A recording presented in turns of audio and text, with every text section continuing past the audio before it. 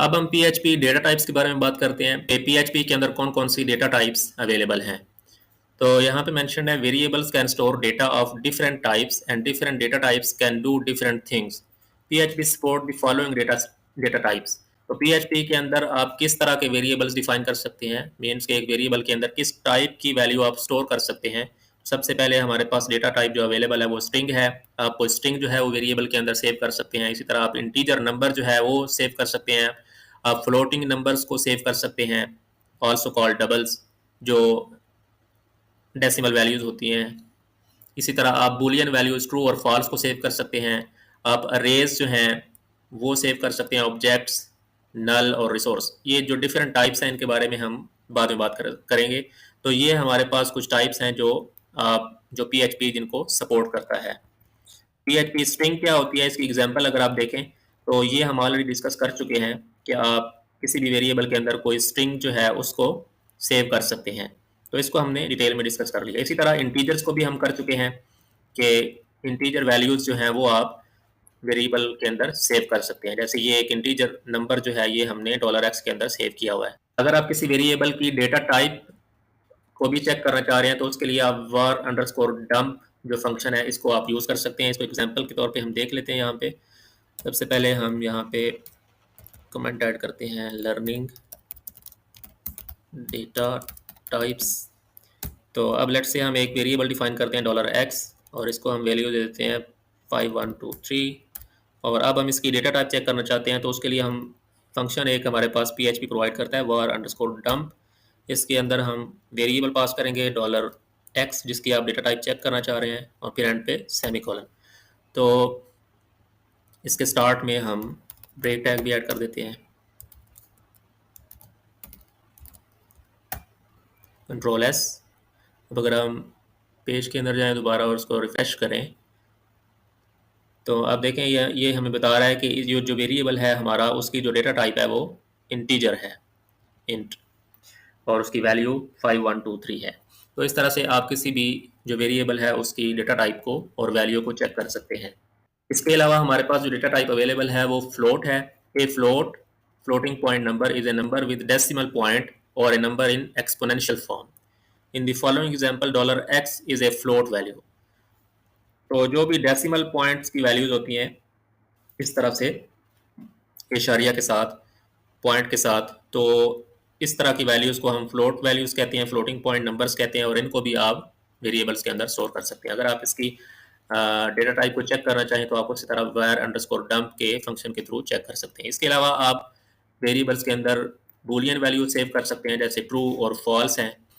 इसी तरह एक हमारे पास PHP के अंदर डेटा टाइप है नल की। ये एक स्पेशल डेटा टाइप है और यहाँ पे मेंशन है a variable of data type null is a variable that has no value assigned. और यहाँ पे एक और चीज़ मेंशन है, if a variable is created without a value. अगर आपने वेरिएबल क्रिएट किया लेकिन आपने उसको कोई वैल्यू असाइन नहीं की तो बाय डिफ़ॉल्ट जो उसको वैल्यू असाइन होती है वो नल होती है। नल का मतलब ये है कि आपने इस वेरिएबल को कोई वैल्यू असाइन नहीं की। Variables can also be emptied by setting the value to नल।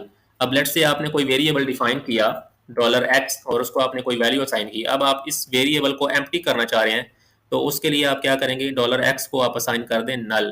तो जब आप इसको नल असाइन कर देंगे तो इसकी वैल्यू जो है वो एम्प्टी हो जाएगी। आप इसकी वैल्यू को और डेटा टाइप को यहाँ से टेस्ट भी कर सकते हैं, इस फंक्शन के थ्रू चेक कर सकते हैं। इसी तरह एक हमारे पास डेटा टाइप अवेलेबल होती है अरेज की। An array stores multiple values in one single variable। अब लेट्स से कि आप एक वेरिएबल के अंदर मल्टीपल वैल्यूज को स्टोर करना चाह रहे हैं तो उसके लिए हम अरेज यूज करते हैं। और PHP के अंदर आप अरेज को किस तरह से डिफाइन करते हैं, सबसे पहले आप अरे का नेम डिफाइन करते हैं।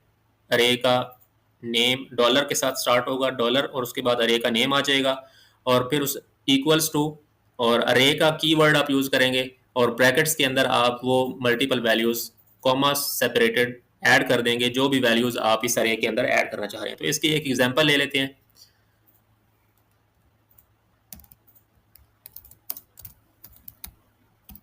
तो अब लेट्स से कि हम एक अरे डिफाइन करना चाह रहे हैं तो सबसे पहले आप अरे का नेम बताएंगे, for example $my array is equals to, आप अरे का कीवर्ड यूज करेंगे अरे, और फिर ब्रैकेट के अंदर आप वो वैल्यूज डिफाइन कर देंगे जो आप इस अरे के अंदर ऐड करना चाहते हैं। For example first comma second comma third. अब अगर इस अरे की वैल्यूज को हम आउटपुट करवाना चाह रहे हैं या उसको चेक करना चाह रहे हैं कि इसके अंदर कौन कौन सी वैल्यूज हैं, तो उसके लिए हम var अंडरस्कोर डंप का फंक्शन यूज कर सकते हैं। इसको हम पास कर देंगे अपने अरे का name, semicolon, control S, break tag add कर देते हैं,